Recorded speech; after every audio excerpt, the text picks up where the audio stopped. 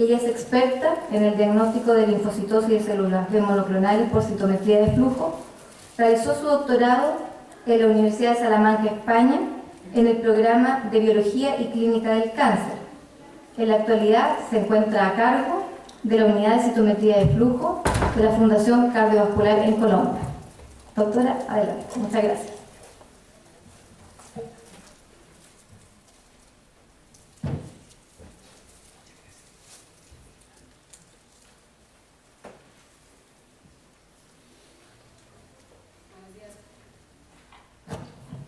Buenos días para todos. Bueno, ya han visto mi presentación. Antes que nada, muchas gracias al comité organizador. Me ha correspondido abrir esta sesión de charlas, así que les doy la bienvenida a todos y espero que las charlas sean de su total agrado. Yo les voy a hablar sobre el diagnóstico de linfocitosis monoclonal B, pero pues antes de comenzar a hablar de qué es la linfocitosis monoclonal B, quiero que hagamos un pequeño recorderis sobre el proceso de maduración linfoide B. Sí, yo creo que es un tema que pues para ustedes es ya muy conocido, entonces pues será un poquito recordar cómo se lleva a cabo el proceso de maduración linfoide B. Si todos recordamos, la maduración linfoide B se lleva a cabo en dos etapas principales.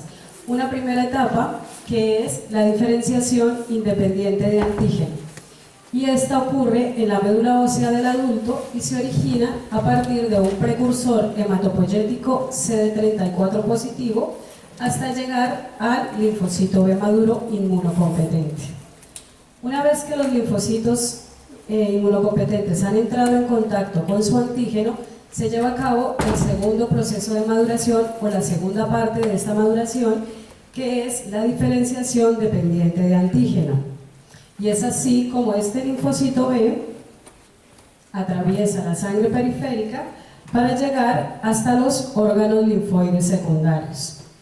Una vez que este linfocito ingresa al órgano linfoide secundario, en la zona germinal tiene la capacidad de proliferarse y sufre diferentes procesos como son el proceso de hipermutación somática y el cambio de isotipo de la cadena pesada de la inmunoglobulina.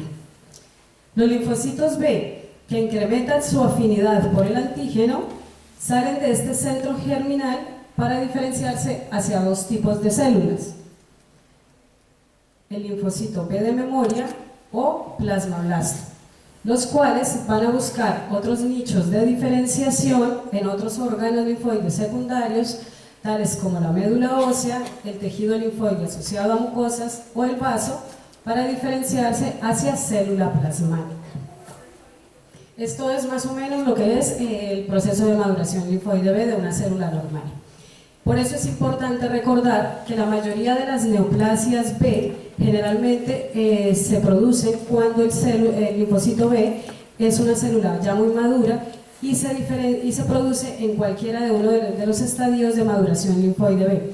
Es decir, nosotros cuando vamos a evaluar neoplasias B tenemos que conocer muy bien lo que es el proceso de maduración, porque estas neoplasias generalmente son muy parecidas o son como estadios bloqueados de esa maduración B. Por eso, cuando nosotros recordamos esta maduración, podemos hacer una clasificación de los diferentes síndromes linfoproliferativos crónicos B, teniendo en cuenta dos características importantes del linfocito B. La primera es saber el estadio o el nivel de maduración en la que se encuentra, y la segunda característica es saber si esta célula B ha producido hipermutaciones somáticas. Así podemos diferenciarlos en cuatro grupos principales. El primero sería los síndromes linfoproliferativos crónicos B precentro germinal carentes de mutaciones somáticas, y en ese grupo pues encontramos estos diferentes neoplasias. El segundo grupo que podemos clasificar, el segundo grupo es el de los linfocitos que han atravesado centro germinal o centrogerminales y han sufrido el proceso de hipermutación somática, y son serían estos las principales neoplasias. El tercer grupo son las células de memoria o síndromes linfoproliferativos derivados de linfocitos B de memoria, Y el cuarto grupo sería el de células postcentro germinal, y en este caso pues vemos son las células más diferenciadas. Y por último tendríamos el linfoma de los tejidos linfoides asociados a mucosas. Y esto sería más o menos, según los estadios madurativos, los diferentes síndromes linfoproliferativos crónicos de células B. Entonces, como les digo, siempre es importante conocer muy bien lo que es el estado normal para después tener conocimiento de los procesos neoplásicos de estas células.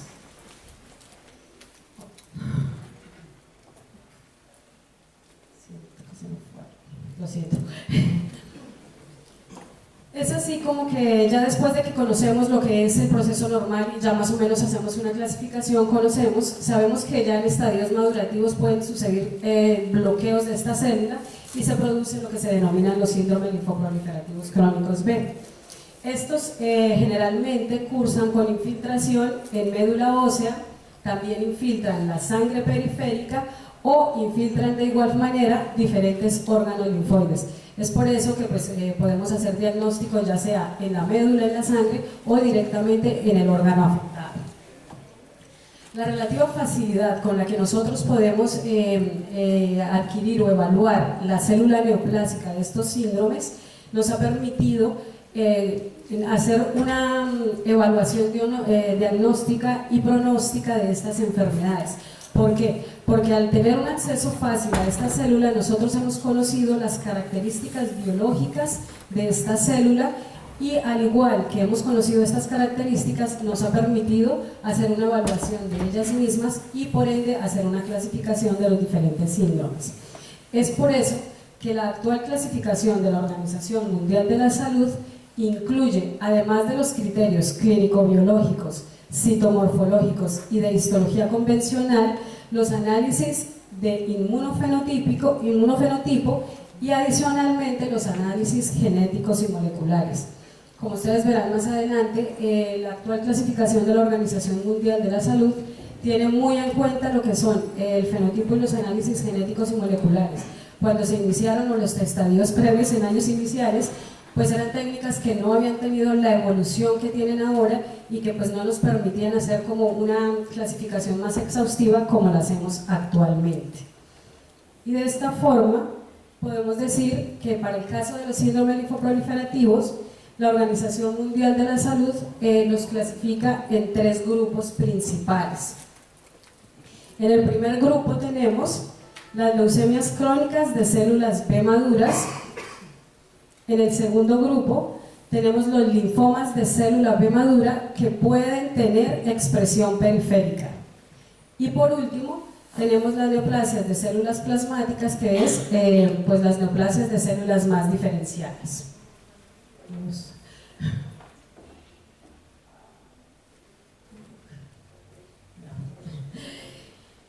Y la leucemia linfocítica crónica es uno de los síndromes linfoproliferativos crónicos B más frecuente, siendo la leucemia más frecuente de los países occidentales. Y la leucemia linfocítica crónica B tiene un fenotipo bastante característico, aunque también es bastante heterogéneo. Y es precisamente la heterogeneidad de esta leucemia la que permite que se clasifique en 2 tipos diferentes. Son como 2 variedades, no 2 tipos, son 2 variedades de esta leucemia. Y tenemos de esta forma la variable, una de las variables que es la forma típica y la otra que es la forma atípica.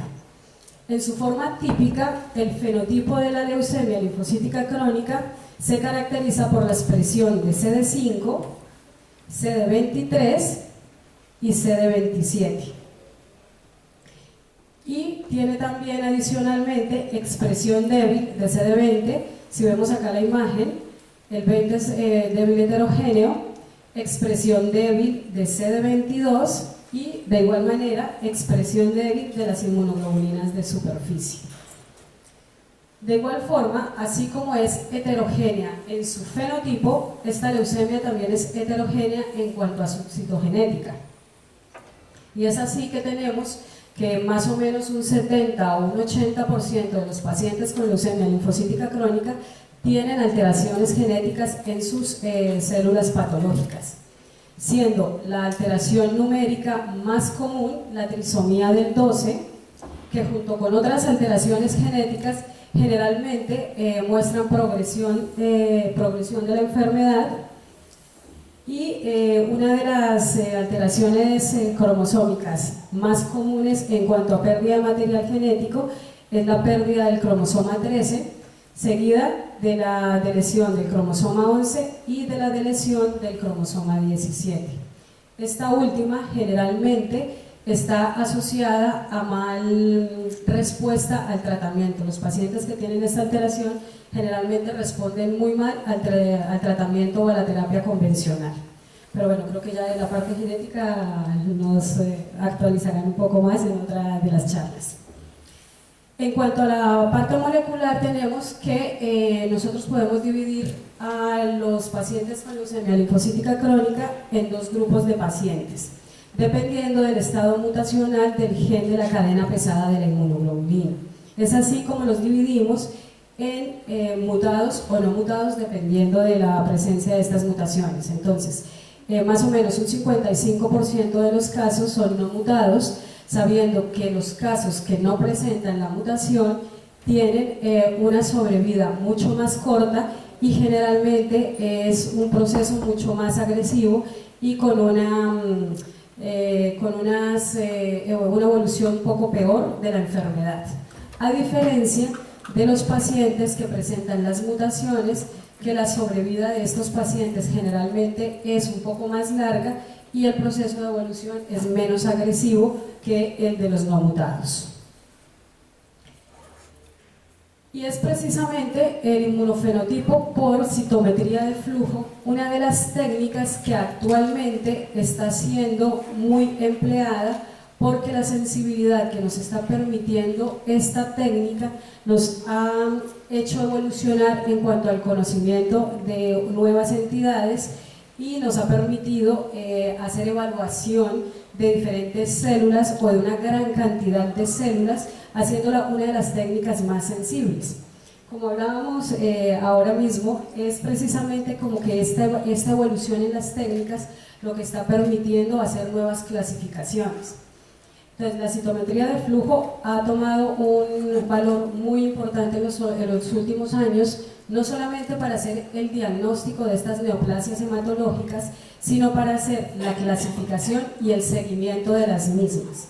Entonces, en las nuevas actualizaciones que tenemos, han habido nuevas incursiones, como es el marcaje simultáneo. Este marcaje simultáneo significa que a una sola célula le podemos evaluar un gran número de proteínas. Adicionalmente a esto, el conocimiento que ha habido de lo que es la célula normal comparada con la célula patológica ha precisamente permitido la evolución también de estas técnicas. La citometría de flujo es una técnica sensible, específica y muy reproducible, y tal vez una de las características más importantes es que tiene una gran rapidez si se compara con otras técnicas, por ejemplo las moleculares. Nosotros en cuestión de 1 a 2 horas podemos hacer el diagnóstico de una leucemia y podemos hacer la clasificación de la misma, mientras que una técnica molecular pues obviamente se demora muchísimo más tiempo. Entonces, por eso es una de las técnicas o es una de las grandes ventajas que presenta esta técnica. Y es precisamente esas ventajas las que nos ha permitido hacer caracterización de los diferentes síndromes linfoproliferativos crónicos B. Y por eso decimos que se ha convertido en una herramienta esencial para el diagnóstico de estas entidades. Antiguamente, ¿cómo se hacía el diagnóstico de estos síndromes linfoproliferativos? Se hacía teniendo en cuenta dos características principales. La primera característica era observar un aumento o un incremento en la proporción de células B. Y la segunda característica era que estas células B no solo aumentaran en cantidad, sino que todas tuvieran restricción de cadena ligera capa o lambda. Y ahora, como han habido avances diferentes, pues ahora hacemos la clasificación de manera un poco más, tenemos en cuenta otras cosas aparte de estos dos puntos.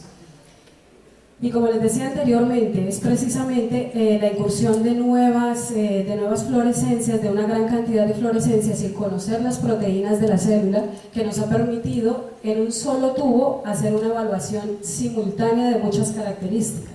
Entonces, acá les traigo como ejemplo, este es el screening que nosotros usamos por citometría de flujo para evaluación de síndrome linfoproliferativos crónicos B. Y si ustedes se dan cuenta, nomás con uno de los anticuerpos, con una de las fluorescencias que utilizamos, podemos hacer o podemos ver la diferenciación de las diferentes poblaciones. Esta es una sangre periférica que podemos encontrar en la sangre periférica. Aquí hacemos la diferenciación de las subpoblaciones de linfocitos T. Aquí estamos viendo las subpoblaciones de linfocitos B y estamos viendo que hay algo que parece que es clonal, que es aberrante, y lo vemos acá. Estamos viendo unas características de una célula que está aumentada en número y aparte con características aberrantes. Asimismo, esta técnica nos permite hacer una evaluación de enfermedad mínima residual, y si se daban cuenta, atrás aquí teníamos un clon y acá quedan unas cuantas células residuales. Entonces, esta técnica o la sensibilidad de la técnica nos permite también hacer la evaluación de enfermedad mínima residual. Y a partir de la sensibilidad de estas técnicas, muchos investigadores o muchos clínicos empezaron a dar cuenta que habían individuos que estaban presentando unas linfocitosis T reactivas. Eran individuos pues con características aparentemente normales, no tenían ninguna otra cosa. Se fueron a hacer un hemograma de rutina y en el hemograma de rutina se dieron cuenta que habían unas poblaciones linfoides que eran reactivas, que no tenían ningún tipo de condición clínica, pero que estaban ahí.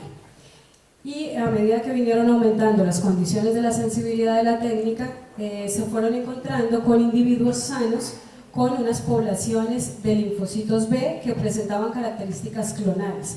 Generalmente la descripción de estos casos siempre estaba relacionada con un fenotipo similar al de la leucemia linfocítica crónica, pero que estos individuos no tenían los criterios clínicos que tenía un paciente con leucemia linfocítica crónica.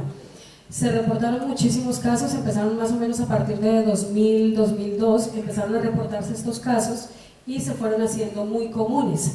Muchos grupos de investigación, sobre todo de Italia, en Europa fue donde se empezaron, y algunos de Estados Unidos, empezaron a hacer el reporte de estos casos, pero como no tenían un nombre específico, pues cada uno le ponía como el nombre que mejor le parecía, y se decidió llamar linfocitosis monoclonal benigna de células B, linfocitosis crónica idiopática persistente y linfocitosis B monoclonal de significado incierto. Eran como los nombres que se le venían dando, porque pues obviamente no hacían parte de ninguna clasificación.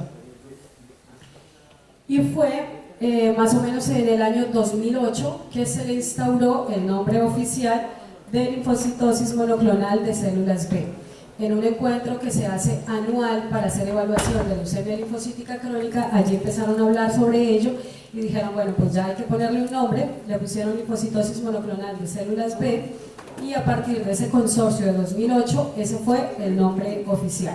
¿Pero qué es la linfocitosis monoclonal de células B? Entonces, es la presencia de menos de 5.000 células B clonales por microlitro en sangre periférica de individuos que no presentan ningún tipo de sintomatología clínica como tal. Muchos estudios se realizaron al respecto, y se empezó a observar que la prevalencia de esta linfocitosis, que en la mayoría de los casos, como les digo, era similar a la de la leucemia linfocítica crónica, era más o menos de 3,5 al 7% en individuos que no tenían linfocitosis, y más o menos de un 13% en individuos con linfocitosis. Y fueron muchas las publicaciones que empezaron a surgir y que empezaron como a darle peso a esta linfocitosis.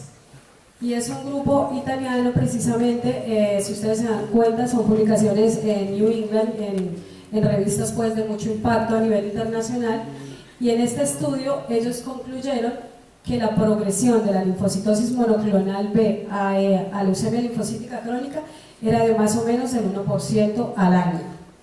Otro de los estudios también publicado en New England, nos decía, ellos hicieron una evaluación bastante exhaustiva con una gran cantidad o un gran número de pacientes, y ellos hicieron un estudio retrospectivo, lo hicieron al contrario, evaluaron los pacientes que tenían con LLC y se dieron cuenta que en estadios iniciales todos estos pacientes que tenían diagnóstico actual de LLC habían tenido una etapa previa de linfocitosis monoclonal B. Y otro artículo publicado en Blood hablaba de que todos los individuos que tenían esta linfocitosis, en algunos casos ellos tenían unas alteraciones genéticas similares a las de los pacientes con leucemia linfocítica crónica. Es decir, que estos estudios nos apoyaban en que había una relación muy directa entre la linfocitosis y la leucemia linfocítica crónica. Esto nos lleva a pensar si esta linfocitosis es una condición preleucémica para desarrollar más adelante una leucemia linfocítica crónica. Lo único cierto es que hasta la actualidad se desconoce cuál es la evolución clínica de esta linfocitosis. ¿Qué es lo que hace que esta linfocitosis se desarrolle a síndrome linfoproliferativo crónico B? ¿Cuáles son las características? ¿Qué debe tener el individuo? ¿A qué se debe exponer? Entonces, muchos grupos siguieron trabajando durante años y siguen trabajando, porque en la actualidad todavía hay muchos estudios que se llevan a cabo todavía como en responder a esta interrogante. Por eso, en Salamanca, yo hice parte del grupo que trabajó con esta linfocitosis, y allí, junto con el doctor Alberto, que fue pues la cabeza, nos hacíamos esta pregunta y decíamos que es importante conocer en individuos sanos cómo es el comportamiento para saber cómo va a evolucionar hacia una leucemia linfocítica crónica. Y se planteó realizar un estudio con adultos sanos para poder realizar un diagnóstico precoz. Dijimos, bueno, si conocemos con antelación, probablemente se pueden hacer diagnósticos más a tiempo de lo que va a ser una leucemia linfocítica crónica. Asimismo, podríamos conocer cuáles son los mecanismos de oncogénesis y los mecanismos que hacen que se lleve una progresión de la enfermedad, y podríamos intentar conocer nuevos marcadores, ya sea genéticos, moleculares o de fenotipo, que nos permitan saber si esta va a evolucionar o no va a evolucionar. Y quiero comentarles el estudio que realizamos en Salamanca, porque hasta la actualidad es el estudio con una técnica, se empleó la técnica más sensible que ha habido hasta el momento, y pues que nos arrojó unos datos muy importantes. Y el estudio inicial partió de más o menos más de 600 adultos sanos, todos ellos con más de 40 años, y el reclutamiento de estos adultos se hizo a partir del centro de atención primaria. Se escogieron al azar, y la edad media de estos adultos fue más o menos de 62 años, sin diferencias en cuanto al sexo. Y lo más importante, que los valores hematológicos de estos pacientes en cuanto a recuentos absolutos de linfocitos y de leucocitos fueran totalmente normales. Y otra condición para entrar en el estudio era que nunca hubiesen tenido ningún tipo de neoplasia hematológica o ningún tipo de cáncer diferente. ¿Qué hicimos en el estudio? Hicimos una evaluación del fenotipo de las células que íbamos a estudiar, usando o empleando unas 8 fluorescencias diferentes que nos permitían evaluar más o menos 10 parámetros diferentes por cada una de las células. ¿Cuál era la diferencia? Estábamos usando 8 fluorocromos diferentes y grandes volúmenes de sangre. Esto era lo que hacía diferente la técnica de los estudios que se habían hecho hasta la fecha. La adquisición de las células lo hicimos a 2 pasos. No sé si alguno de ustedes haya trabajado con citometría, pero bueno, más o menos lo hicimos a dos pasos consecutivos. En un primer paso inicial lo que hicimos fue la recolección general de las células, y en el segundo paso lo que hicimos fue, a través de 2 proteínas específicas de linfocitos B, creamos un gate o una ventana de adquisición, y adquiríamos un mínimo de 5 millones por cada uno de los individuos evaluados. Entonces, como se dan cuenta, así que la técnica era bastante sensible. Para que nosotros consideráramos una población como tal clonal, necesitábamos como mínimo 5 eventos de estos 5 millones adquiridos. Luego lo que quisimos fue hacer una purificación de los... Donde habíamos encontrado poblaciones clonales, lo que hacíamos era purificar esas células clonales. ¿Cómo las purificábamos? Generalmente se hacía a través de un Faxalia que nos ofrecía más o menos de un 98% de pureza. Luego de que teníamos esas poblaciones purificadas, hacíamos estudios de hibridación in situ fluorescente genéticos, dependiendo, como yo les dije, la mayoría de las poblaciones que nosotros obtuvimos, al igual que en la mayoría de los otros estudios de los otros grupos, el fenotipo era muy similar al de leucemia linfocítica crónica, pero existía una pequeña proporción que el fenotipo era diferente al de la leucemia linfocítica crónica. Y aparte de que, bueno, se le hacían dependiendo del fenotipo que mostrara, pues las diferentes alteraciones genéticas correspondientes a su fenotipo. Y luego lo que hacíamos era secuenciación de los genes de las cadenas pesadas y livianas de las inmunoglobulinas. ¿Qué resultados obtuvimos? Nos dimos cuenta que más o menos en un 14% de los individuos evaluados existían estas poblaciones clonales. Si ustedes se daban cuenta, cuando yo les mostré las primeras diapositivas, lo máximo que se había reportado era hasta un 7%, con lo cual nosotros estábamos reportando más o menos el doble de lo que habían reportado en los estudios anteriores. Esto debido a que simplemente nuestra técnica era mucho más sensible comparada con las otras técnicas. No encontramos diferencias en cuanto a la distribución por sexo y tampoco por poblacional. Lo que sí encontramos diferencias significativas fue en cuanto a la edad. Es decir, encontrábamos más poblaciones de linfocitosis monoclonal B en los adultos mayores. Generalmente a mayor edad encontrábamos mayor frecuencia de población. Y es así como vimos que esta frecuencia, aquí estamos viendo los casos positivos, esta frecuencia iba incrementándose a medida que incrementaba la edad de los adultos. Como ustedes se darán cuenta, pues acá tenemos adultos de 95 a 97, España tiene una longevidad bastante alta, es por eso que pues puedo mostrar estas estadísticas. Y efectivamente allí las condiciones de vida son muy buenas, generalmente adultos de 80 años que en nuestro territorio, yo soy de Colombia, generalmente ya están un poco como más gastados por la vida. Allí es gente que perfectamente sale, hace ejercicio, camina, tiene una actividad física y demás como muy buena, tienen muy buena calidad de vida, y por eso es que tuvimos varios adultos sobre los 90 años. Bueno, el caso es que estábamos observando que de 40 a 60 años más o menos la prevalencia de esta linfocitosis estaba alrededor de un 6%, de 40 a 60 años. De 60 a 80 años más o menos la prevalencia era de alrededor de un 20%. Y después de los 80 nos dábamos cuenta que las prevalencias, si vemos por ejemplo después de los 90, era de casi un 80%, o sea, la diferencia era muchísimo más larga, muchísimo más grande. Entonces, al ver esto, nosotros nos planteamos una pregunta y era, si nosotros logramos vivir 120 años, ¿será que todos vamos a tener estos clones de linfocitosis? O sea, parecía que a medida que veíamos el aumento, como que iba a ser mayor la probabilidad de tener estos clones. Nosotros habíamos evaluado alrededor de 1 mililitro por muestra por cada uno de los pacientes y habíamos obtenido los resultados anteriores, más o menos era 1.2 mililitros. Y lo que se decidió fue hacer un estudio un estudio matemático predictivo que nos dijera si al avanzar en volumen y en edad nosotros podíamos llegar a identificar el 100% de los individuos clones con linfocitosis. Y el estudio predictivo nos dijo que si nosotros estudiábamos los adultos de 40 a 60 años más o menos, en un tercio o en una tercera parte de ellos podríamos identificar el 100% de poblaciones clonales.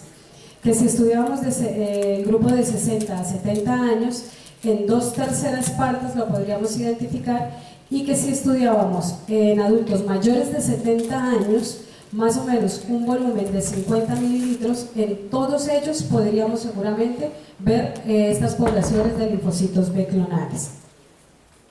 Entonces, ¿qué decidimos hacer? Tomamos 9 adultos mayores de 70 años en los cuales en el estudio inicial no habíamos visto ningún tipo de población clonal. Esos 9 adultos los llamamos y les dijimos que necesitábamos 50 mililitros de sangre. Y a partir de esos 50 mililitros de sangre los empezamos a evaluar y empezamos a ver que efectivamente los resultados fueron bastante positivos y encontramos poblaciones clonales en 8 de los 9 individuos evaluados. 4 de ellos eran poblaciones con un solo clon y otros 4 eran poblaciones con 2 clones diferentes. En algunos casos tipo LLC y en algunos casos diferente a LLC. Pero pues solamente uno de los casos fue negativo para este tipo de estudio que realizamos. Este es uno de los ejemplos. Acá podemos ver la gráfica.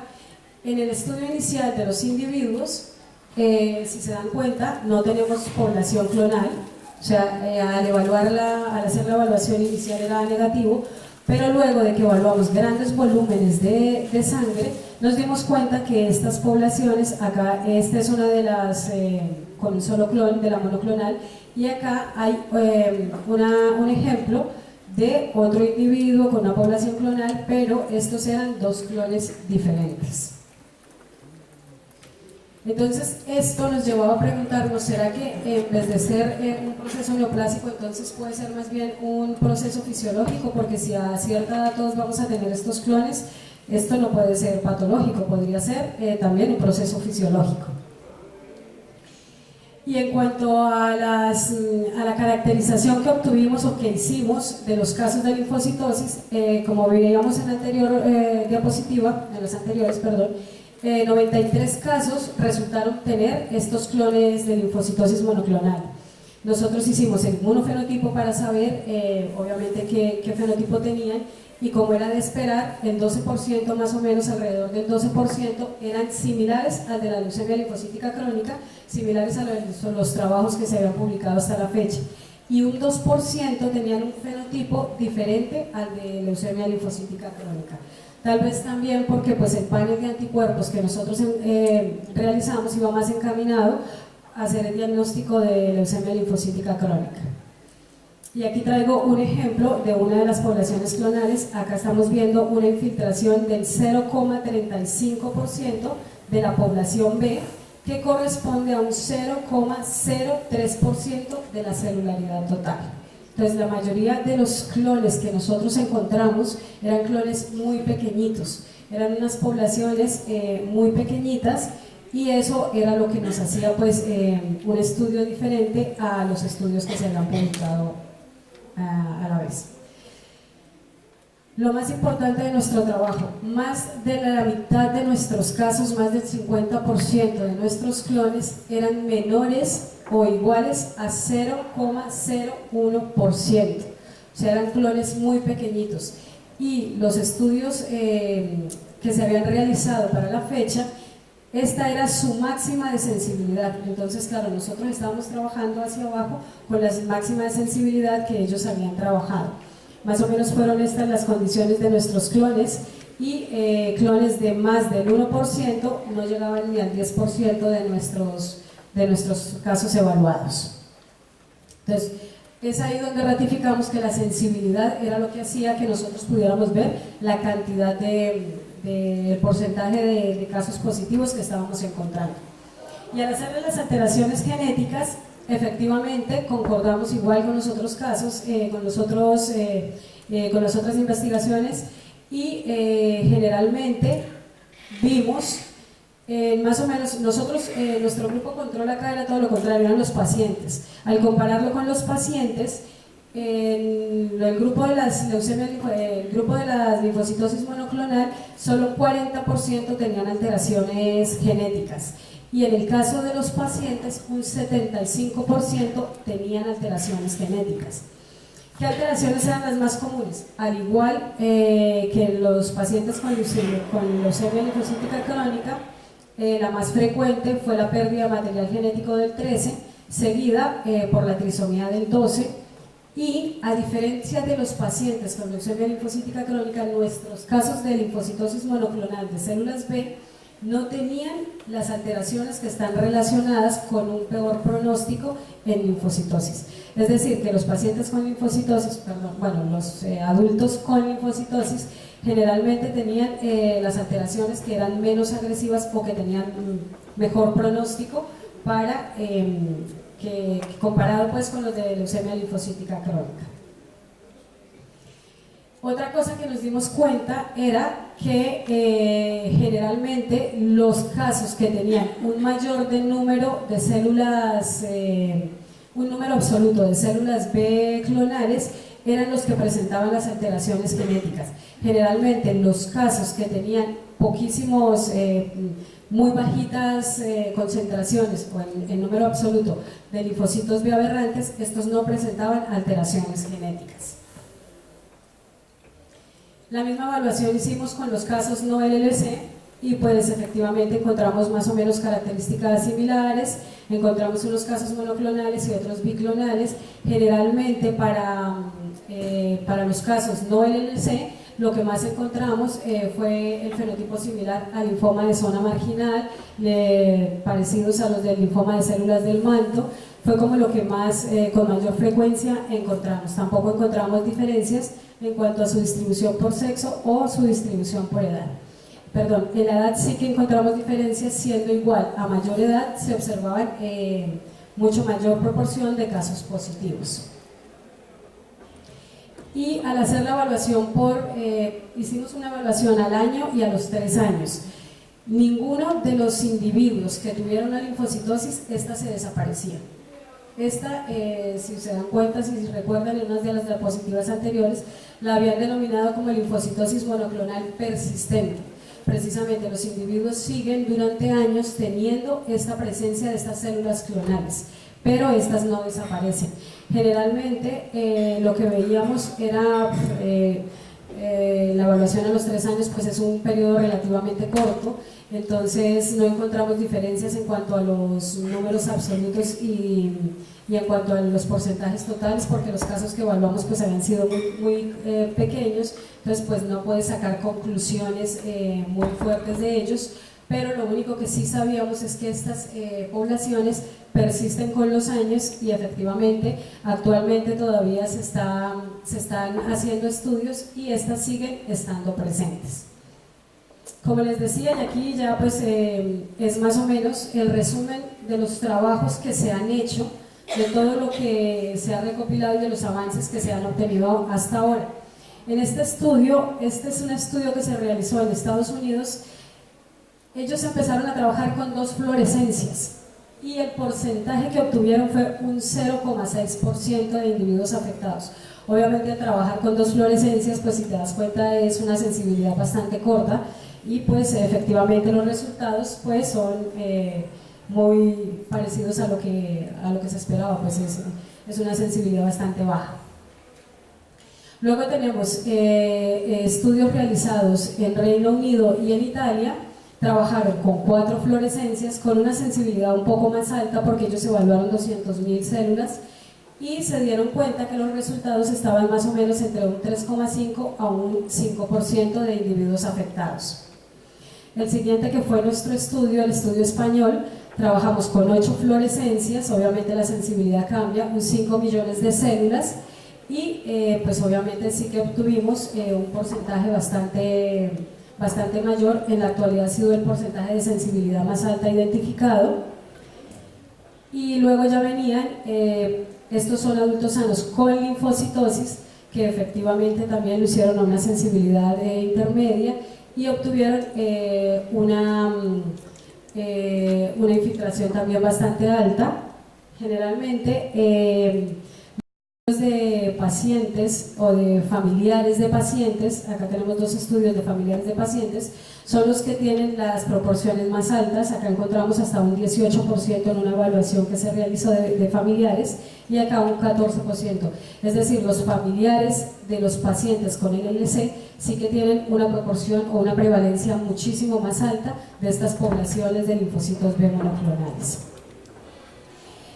Y gracias a todos los estudios que se han hecho y a todos los resultados que nosotros obtuvimos, la actual clasificación que se publicó en el 2016 ha ingresado a la linfocitosis monoclonal de células B como un nuevo estadio, como una nueva patología dentro de la organización, dentro de la clasificación de los síndromes linfoproliferativos crónicos B. Entonces, ya para este año nosotros ya hablamos de una linfocitosis monoclonal de células B ya como una entidad propia, con unas características ya particulares y ya conociendo un poco más de esta entidad. ¿Qué nos ha dicho la Organización Mundial de la Salud? Que la clasificación de esta linfocitosis monoclonal actualmente se puede hacer teniendo en cuenta dos condiciones o dos características principales. La primera, el perfil inmunofenotípico, y la segunda, el tamaño de los clones de células B. Es así que las clasificamos por fenotipo en tres grupos diferentes. El primer grupo es la linfocitosis monoclonal de células B tipo LLC, que como les dije es la mayoría, generalmente es de un 70 a un 75%, y tienen el fenotipo que pues ya les mostré en las diapositivas anteriores. La otra es la linfocitosis monoclonal tipo LLC atípica. Entonces, es simplemente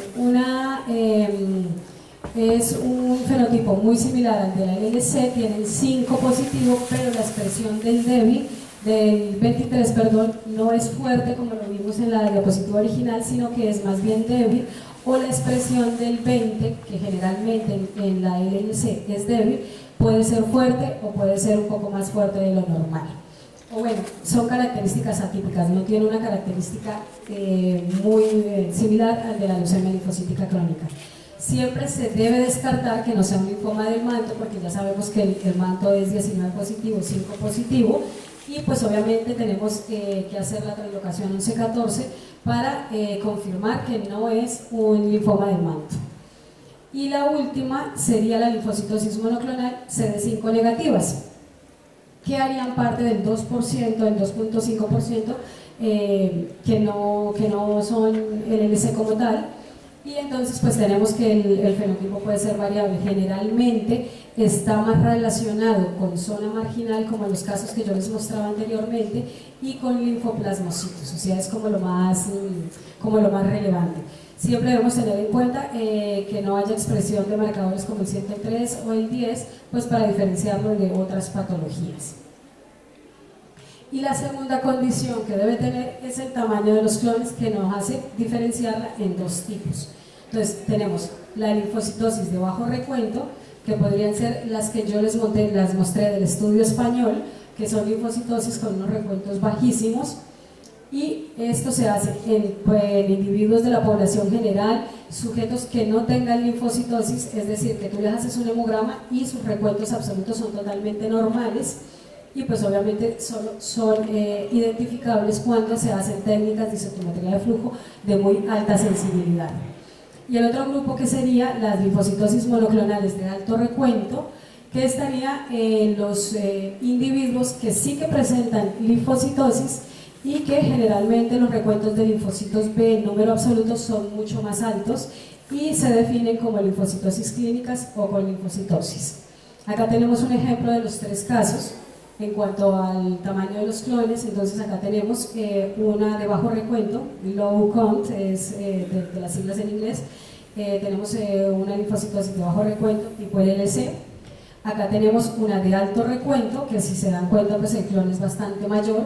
Y acá tenemos lo que es un paciente con leucemia linfocítica crónica. Entonces acá podemos ver cuáles son los diferentes subtipos dependiendo perdón. Y como les decía, ¿cómo sabemos si es de bajo recuento o de alto recuento?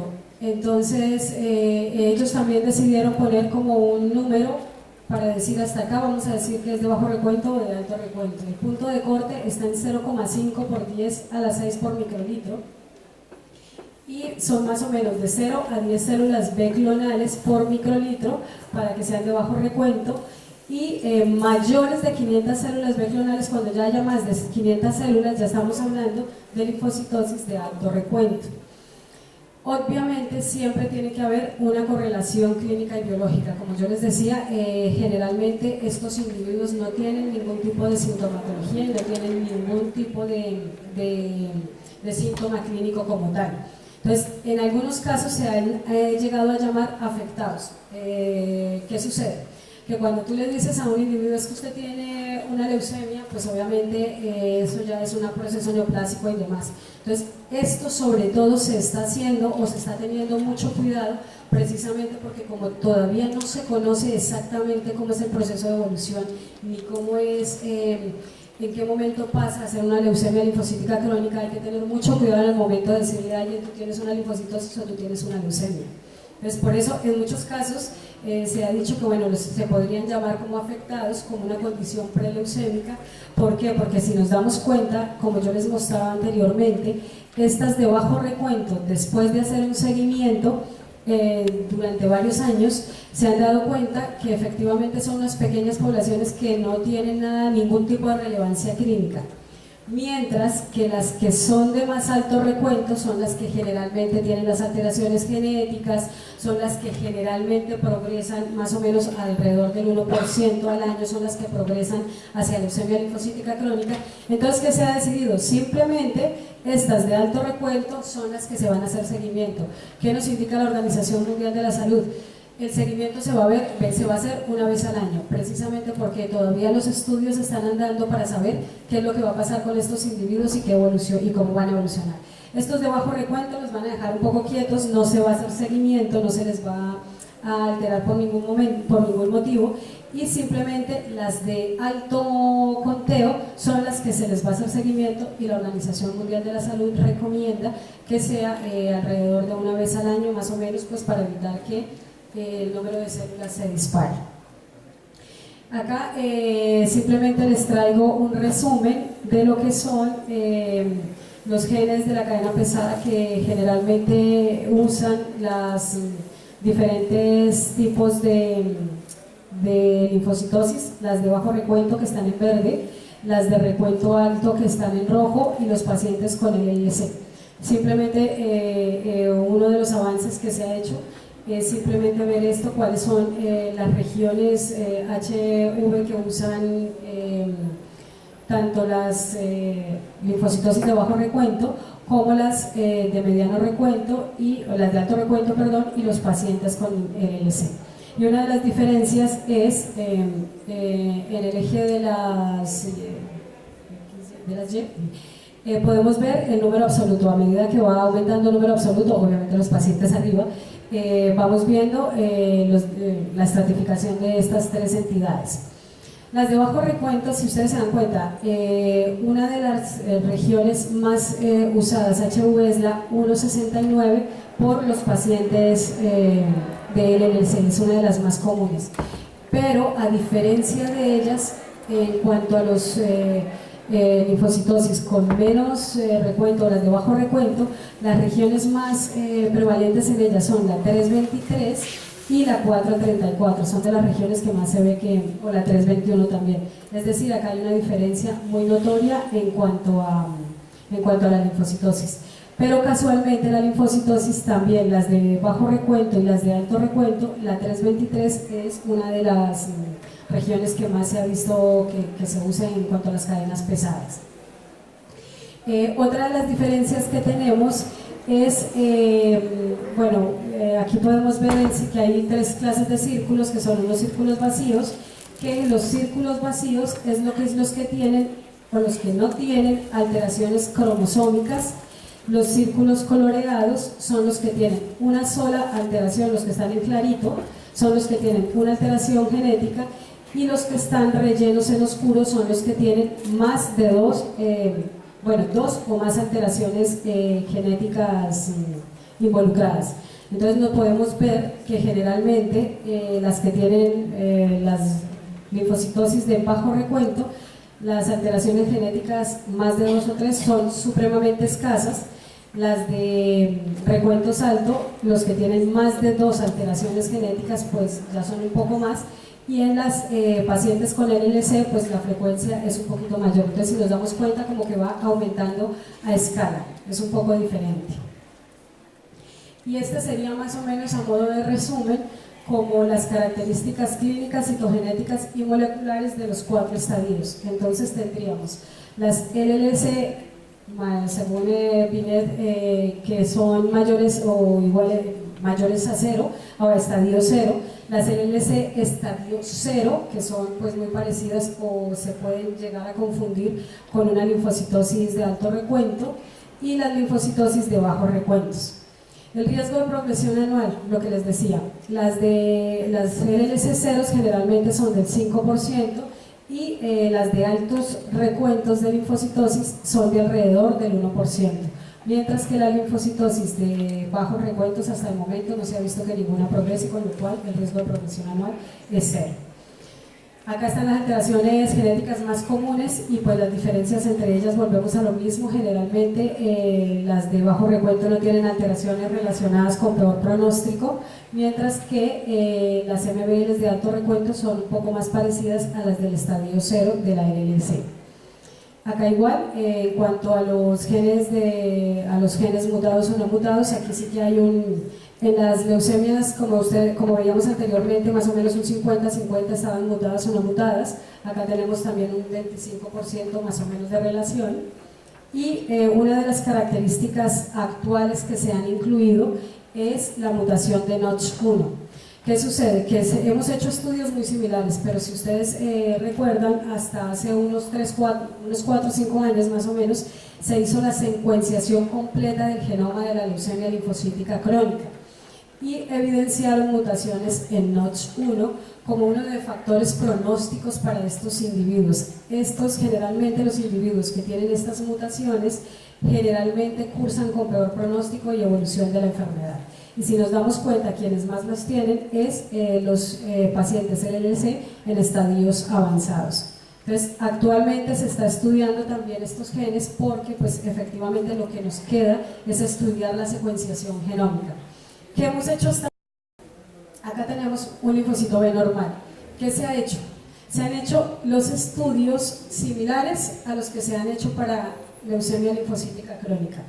Los resultados hasta ahora pues han sido bastante alentadores. Ya los dividimos en 2 tipos de poblaciones, unos de bajo recuento y de alto recuento. Ya sabemos que son los de alto recuento a los que se debe hacer seguimiento y probablemente es en esos que se tiene que enfocar, porque parece que esos son los que pueden evolucionar hacia leucemia linfocítica crónica.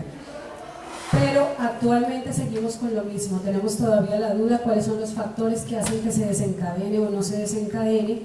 ¿Y qué nos queda? También hemos dicho que pueden ser procesos de estimulación antigénica constante, lo que haga que se disparen esas poblaciones clonales, pero hasta ahora las conclusiones han sido que bueno, las de alto recuento son similares a las leucemias linfocíticas crónicas en estadio 0 o en estadio inicial, pero creo que todavía quedan dudas de saber cuáles son los desencadenantes, cuáles son los factores que hacen que esto se produzca o que haya una progresión de la enfermedad como tal. Este es un cuadro resumen ya para terminar de cómo se debe llevar. Esto es más como para los clínicos. ¿Qué haces cuando llega a tu consulta un paciente con un individuo con una linfocitosis? ¿Qué debes hacer? Generalmente, como les digo, los valores de leucocitos deben estar en número absoluto mayores a 5.000 o de 5.000 para arriba. ¿Qué haces? Debes primero revisar la historia clínica y revisar si este paciente ha tenido contacto o tiene procesos infecciosos, porque recuerden que los procesos infecciosos nos alteran los recuentos absolutos y los de linfocitos, importantísimo. Saber si este paciente tiene enfermedades autoinmunes. Y hay otras condiciones, como si es un paciente fumador constante. Hay estudios también muchos sobre la linfocitosis relacionada con el tabaquismo y pues como todos sabemos eso también es una entidad fisiológica. ¿Qué se debe hacer? Citometría de flujo. Como les decía, pues obviamente es una de las técnicas más sensibles para hacer este tipo de diagnóstico y si es policlonal, nada, buscar una de estas causas de nuevo que seguramente debe estar relacionado. Si es clonal, lo que debemos hacer es el fenotipo y dependiendo del fenotipo ya la clasificamos como tipo LLC o como tipo no LLC. Si es tipo LLC se debe hacer un recuento absoluto de los linfocitos B totales. Si es mayor de 5.000, tipo LLC es una leucemia linfocítica crónica, ya la podemos clasificar. Si es menor de 5.000 se debe mirar si tiene nódulos linfáticos o ganglios adicionales. Importantísimo porque podemos estar frente a un linfoma de célula pequeña, ¿vale? y si es menor de 5.000 y no tiene nódulos linfáticos, no tiene ganglios adicionales, nada, la podemos estar clasificando como una linfocitosis monoclonal de células B. Y dependiendo del número absoluto, puede ser o de bajo recuento o de alto recuento. Generalmente, si llegan a la consulta, debe ser de alto recuento, ¿vale? Y si es un fenotipo no LLC, pues ya simplemente lo que se debe hacer es una clasificación, ¿sí? Ya tú debes pues mirarla ya si es B, si es T, y simplemente pues obviamente ya hacer los exámenes de rutina esenciales pues para hacer la clasificación completa de esto. Y las conclusiones de los trabajos son las siguientes. Entonces, la primera conclusión que tenemos es que la incidencia de la linfocitosis monoclonal tipo LLC incrementa progresivamente con los años y que esta también incrementa a medida de que empleamos técnicas con mayor sensibilidad. La segunda conclusión es que la presencia de células B clonales es un hallazgo en población adulta y generalmente si es población mayor de 70 años, lo que sugiere que podría ser una contrapartida normal o podrían ser consecuencia de una estimulación antigénica constante, sobre todo en adultos mayores a 70 años. Otra de las conclusiones es que definitivamente las características fenotípicas y genéticas parece que es muy, sobre todo en las de alto recuento, son muy similares a las de la leucemia linfocítica crónica, teniendo en cuenta que las alteraciones de mal pronóstico no se presentan en estos individuos con linfocitosis monoclonal.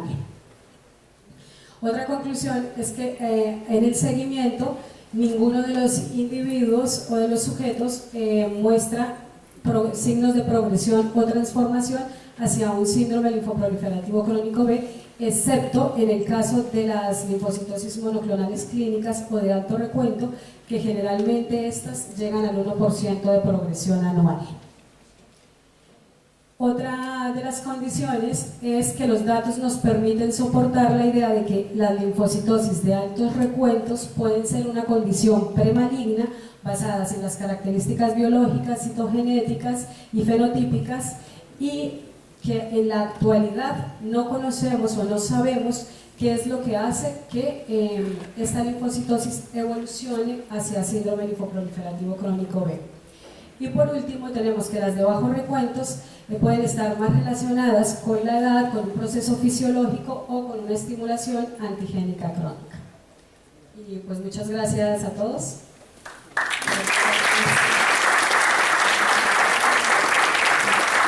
Espero que hayan comprendido un poco lo de la linfocitosis.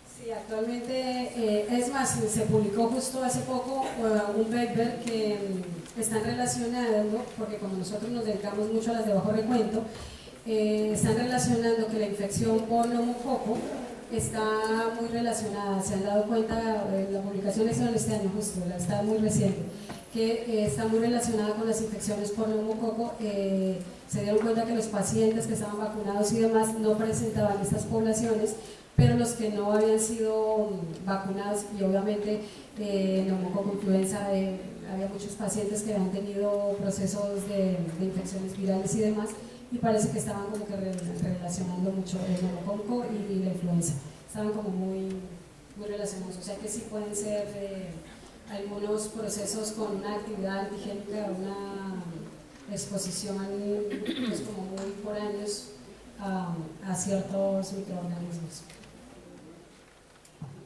¿Alguna duda? La consistencia de dos tipos de linfocitosis monoclonal distintas, por ejemplo, CLL-like o no CLL-like, que habla de, ¿podemos encontrar esos dos clones distintos? Dos clones distintos, sí. Es más, como te decía, generalmente lo que más, los más son los LLC, pero hubo pacientes donde encontrábamos dos clones pequeñitos y uno era generalmente zona marginal, y entonces decíamos que probablemente por el origen biológico de este tipo de linfoma podría ser diferente al de la LLC, y nunca llegamos, o sea, sobre ellos no se ha indagado un poco más, pero muchos de ellos sí que también tenían alteraciones genéticas relacionadas con ese tipo de linfoma. O sea que sí debe haber algo que como que sea el mismo origen, pero pues no sabemos todavía qué es lo que lo puede hacer. Pueden asociarse, por ejemplo, una LLC puede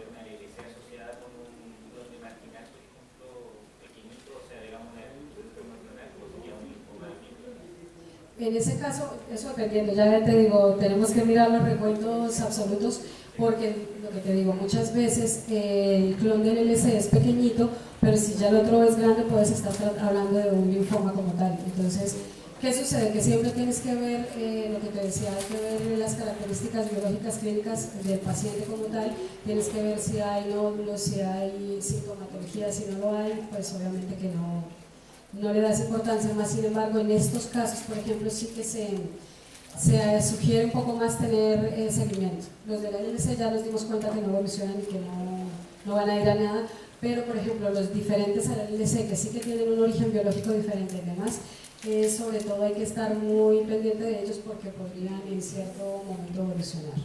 ¿Y el control se basa en anual? Sí, generalmente, ya te digo, la nueva clasificación dice que hay que hacer control anual.